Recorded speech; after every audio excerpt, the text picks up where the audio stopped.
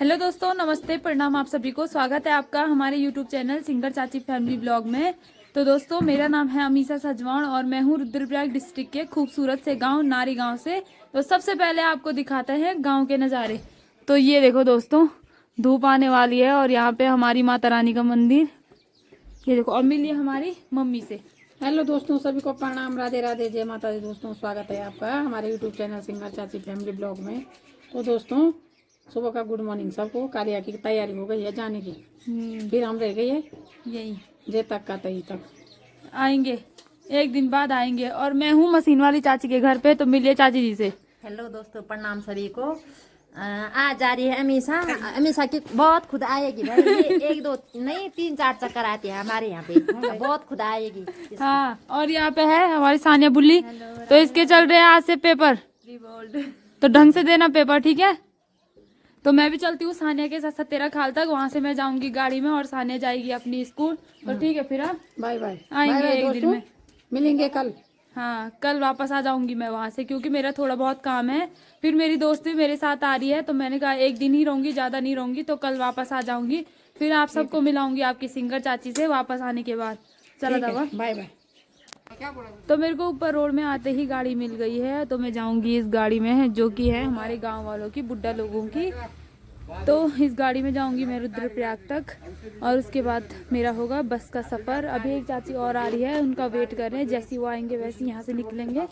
वैसे तो मैं ज़्यादातर हिमगिरी में जाती हूँ रुद्रप्रयाग से, जोशीमठ वाली, पर कभी कभी रोडवेज मिल जाती है। रोडवेज में मेरे को इतना ठीक नहीं लगता है, हिमगिरी ठीक लगती है क्योंकि वो जल्दी पहुँचा देती है।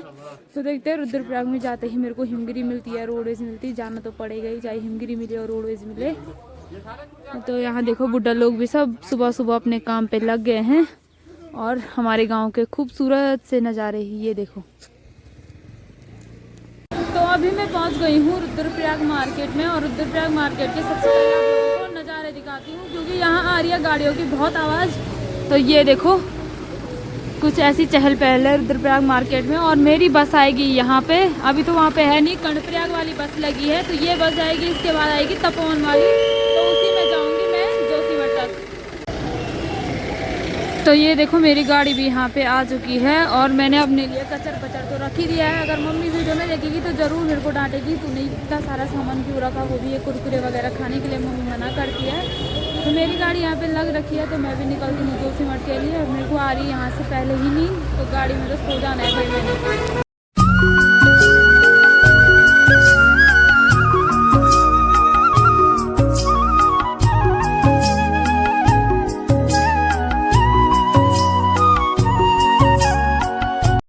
घर से तो फाइनली दोस्तों, मैं पहुंच चुकी हूँ जोशीमठ में। तो सबसे पहले आपको दिखाती हूँ मार्केट।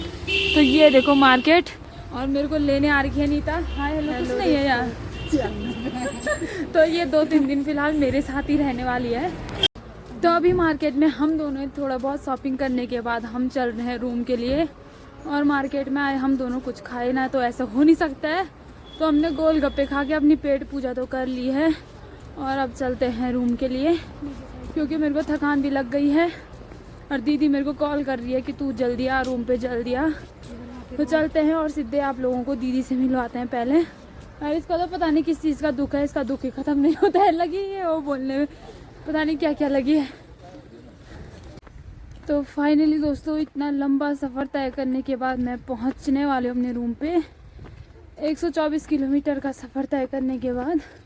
और उस टाइम मैंने आप लोगों को बताया था मैंने रूम चेंज किया। तो मेरे रूम मतलब जहाँ चेंज कर रखा वहाँ से कुछ ऐसा व्यू दिखता है, ये देखो ऐसे। तो यहाँ देखो दोस्तों, जोशीमठ में कुछ ऐसे भारे लगाए जाते हैं, मैंने आपको पहले भी दिखाया था, ऐसे खड़े भारे। तो देखो, 2 दादी लोग जिल लेके जा रखे हैं सूखा घास। और मैं चलती हूँ अपने रूम पे, क्योंकि बहुत ज़्यादा टाइम हो गया है। तो दोस्तों, मैं पहुंच गई हूं अपने रूम पे, और अपने रूम पे पहुंचने के बाद मेरे को बहुत सुकून मिल रहा है। तो दीदी मेरी अंदर जा रखी है, मैंने बोला जरा चाय बना के ला। तो चाय बना के ला रही है दीदी मेरे लिए, पता नहीं कब आएगी। पर मेरा एक तिरफा क्या बोला, अध कप मुंडा रोण में था बहुत ज़्यादा। मैंने कन के मन्नी, ओ मन्नी, वो पता नहीं क्या क्या करने पे लगी है। तो दोस्तों, मैं सबसे पहले आप लोगों को अपना नया रूम दिखाती हूँ। तो ये देखो, ये है हमारा नया रूम। एक अंदर है, 2 रूम सेट है, वो अंदर है। और यहाँ पे महारानी आ गई है। हेलो, कैसे हो आप? हेलो दोस्तों, नमस्ते, प्रणाम आप सभी को। फिर शर्माने लग गई है वो, पर अब तो आदत डालनी पड़ेगी। क्यों? तो ये मेरे लिए ला गई यहाँ पे गर्मा गर्म चाय, तो मैं लेती हूँ चाय का आनंद।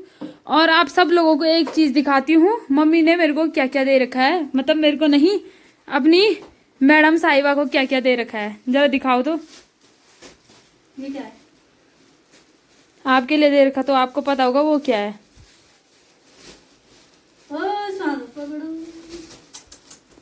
तो उसमें मम्मी ने उसको पूरी दी है, आलू की भरवा पूरी, और इसमें घी रखा है। और मम्मी ने सब ये मेरे से छुपा के रखा कि ये बोलेगी कि भारी हो रहा है। जख्या अब मेरे को नहीं बताया कि इतनी सारी चीज रखी है, और छुपा छुपा के दे दिया। घी है उसमें, तो इतना सब कुछ दे रखा अपनी बस ये मैं लेज लेके आ रखी तेरे लिए, जो मैं खा नहीं दूँ। और देखो मम्मी पूरा ध्यान रखती है इसका, पूरी दी, और उसमें दही भी दे रखी है कि हाँ ये दही में खाएगी पूरी। अच्छा, बस इतना ही? दही भी दे रखी है, और कुछ नहीं है उसमें। ये बटवा मिले, पैसे नहीं है। पर्स है पर पैसे नहीं है। दोस्तों एक में हो गया।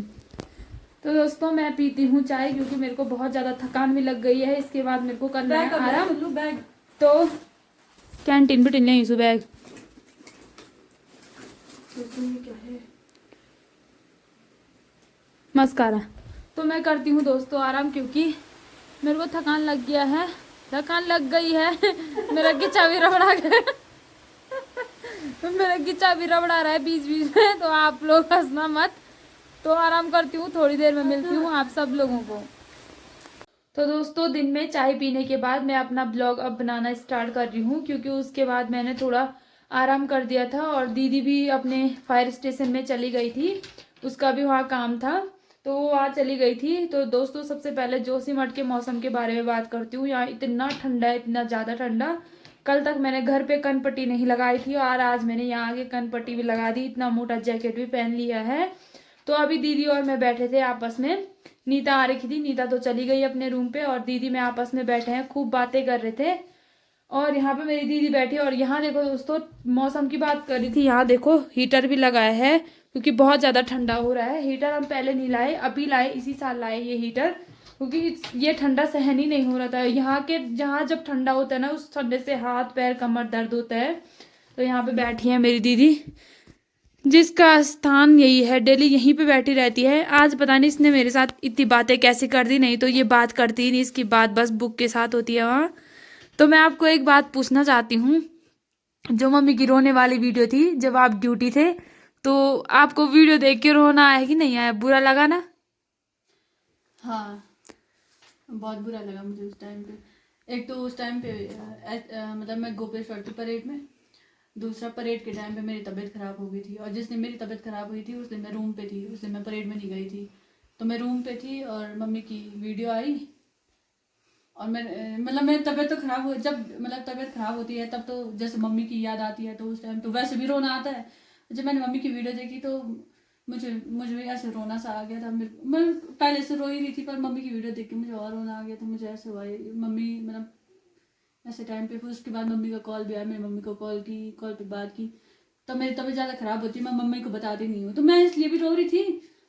पता मेरे को ऐसा लगा कि मेरी उससे पहले दिन तबीयत ख़राब हुई थी, और मैंने घर में किसी को बताया नहीं था, मेरी बहुत ज़्यादा तबीयत ख़राब हो गई थी, मैं घर में नहीं बताया किसी को, बस मैं उस रात को रो रही थी जिससे मेरी तबीयत ख़राब हुई, और मैं रो रो के ना मम्मी को याद कर रही थी। और अगले दिन जब मैंने वीडियो देखी ना, मैं हैरान हो गई कि मम्मी भी रो रही है, मतलब मेरे को याद करके। तो कहीं ना कहीं होता है ना कि वो बंधन, वो कनेक्शन, वो बॉन्ड रहता है, जो मम्मी इतने मतलब 9 महीने तक हम माँ के पेट पे रहते हैं, माँ के साथ रहते हैं, तो होता है ना वो वाला बॉन्ड। तो मुझे उस दिन वो मतलब ऐसा फील हुआ कि मतलब देख, मैंने मम्मी को बताया भी नहीं, मम्मी को पता चल गया कि मैं परेशान हूँ, मैं बीमार हूँ, और मम्मी मतलब किसी ना किसी बहाने मेरे को याद किया, और मतलब मम्मी रोने लगी, तो मुझे उस टाइम और बुरा लगा, मेरे को और रोना आ गया था उस टाइम पे, बुरा लगा। तो दोस्तों यहाँ आने का मेरा कारण यही था, क्योंकि इसके बीच में तबीयत खराब थी जब ये गोपेश्वर थी परेड में। तो इसकी तबीयत खराब पता नहीं हर साल में मतलब एक बार होता ही होता है, पता नहीं क्या होता है इसको, किस चीज़ के बारे में सोचती है। डॉक्टर तो यही बोलता है कि ये ज़्यादा सोचती है, टेंशन लेती है, तो पता नहीं किस बारे में सोचती है, हमको तो बताती है नहीं कुछ। उस टाइम भी इसने हमको बताया नहीं था। जब ये पिछली बार भी बीमार हुई थी हमने सीधे इसको हॉस्पिटल ही देखा था, और परसों भी इसने सीधे बोला इंजेक्शन लगा दिया, ग्लूकोज चढ़ा दिया।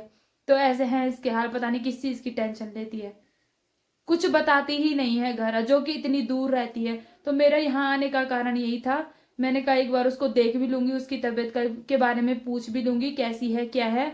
पहले मैं यहाँ थी तो मम्मी लोगों को इतनी टेंशन नहीं होती थी कि हाँ कल्लू है उसके साथ तो खाना पीना बना के दे देगी, वो ड्यूटी वाली हैं। तो अब मैं घर हूँ तो ये है अकेली, तो मैं यहाँ बीच बीच में आती रहूंगी। तो आप लोग बोल रहे थे दीदी दीदी, वीडियो में कमेंट भी आ रखे थे कि आपकी दीदी नहीं दिखती है। दीदी कहाँ से दिखेगी, दीदी इतनी दूर है, हम उतनी दूर हैं। तो आज मैंने अच्छे से मिला दिया अपनी दीदी से। और जो गोपेश्वर में दीदी को हमारे सब्सक्राइबर मिले थे, तो आप सभी लोगों का दिल से बहुत बहुत धन्यवाद। अपना प्यार और सपोर्ट ऐसे बनाए रखना। तो आप कुछ बोलना चाहोगे? किसके लिए? मेरे लिए गूगल एडसेंस की बधाई। अरे हाँ, मेरे को तो दे सकती हूँ। बहुत बहुत बधाई आपको, और आपके सब्सक्राइबर को बहुत बहुत धन्यवाद कि उन्होंने अपना इतना प्यार दिया, सपोर्ट दिया।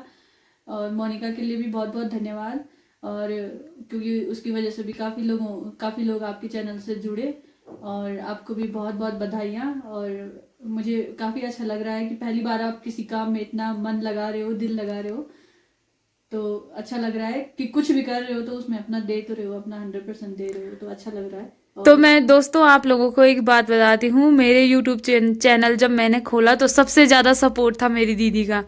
मैं आप लोगों को एक बात सच बताती हूँ, जब मैंने वो यूट्यूब चैनल खोला, जब मैं शुरू में वीडियो बना रही थी, तो मैंने पता नहीं कितनी देवी देवताओं के नाम लिए कि मेरा यूट्यूब चैनल चलेगा नहीं चलेगा।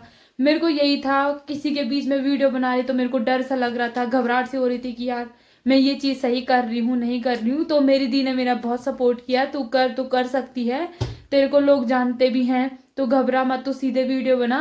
तो आप लोगों ने भी मेरा बहुत सपोर्ट किया, और सबसे पहले मेरी दीदी ने चैनल खोल के दिया, मेरे को बताया ये कर वो कर। तो मेरे यूट्यूब चैनल के पीछे इनका हाथ है। ये वाला। तो मैं आप लोगों को एक चीज़ बता रही थी, यहाँ पे देखो हमारी माता रानी। तो जो हमारी माता रानी है, छोटी वाली मूर्ति है यहाँ पे, तो ये वाली मूर्ति मैं बताऊंगी। हाँ मैं बताऊंगी।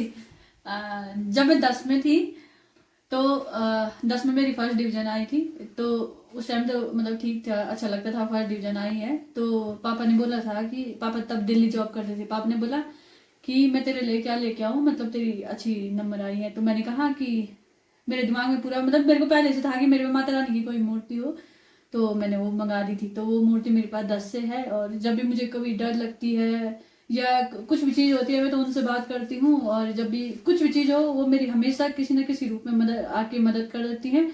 और कभी कभी तो ऐसा होता है, याद है कल जब मैं सोती थी मैं अपने साथ सुला देती थी ना। हाँ मैं बताती हूँ दोस्तों, ये जो मूर्ति है माता रानी की, ये सब जगह लेके जाती है अपने साथ, कहीं भी नहीं छोड़ती उस मूर्ति को। और मम्मी मार्केट जाएगी अपने साथ। मम्मी मुझे कितना डांटती, मम्मी मुझे डांटती है कि तू कहीं भी जाती है तू लेके जाती है। मेरा उसके लिए एक अलग सा पर्स है, ये वाला जो मैंने अलग रखा रहता है, इसमें मैंने माता रानी की चुन्नी, माता रानी को पूरा इसमें रखा रहता है, और उसको मैं जहाँ जाती हूँ मैं वहीं ले जाती हूँ। मतलब मैं सब कुछ भूल जाऊंगी पर उस पर्स को नहीं भूलूंगी, माता रानी को नहीं भूलूंगी, और बिना उसके मैं जा ही नहीं पाती कहीं। मेरे को बहुत डर लगती है बिना उनके जाने की।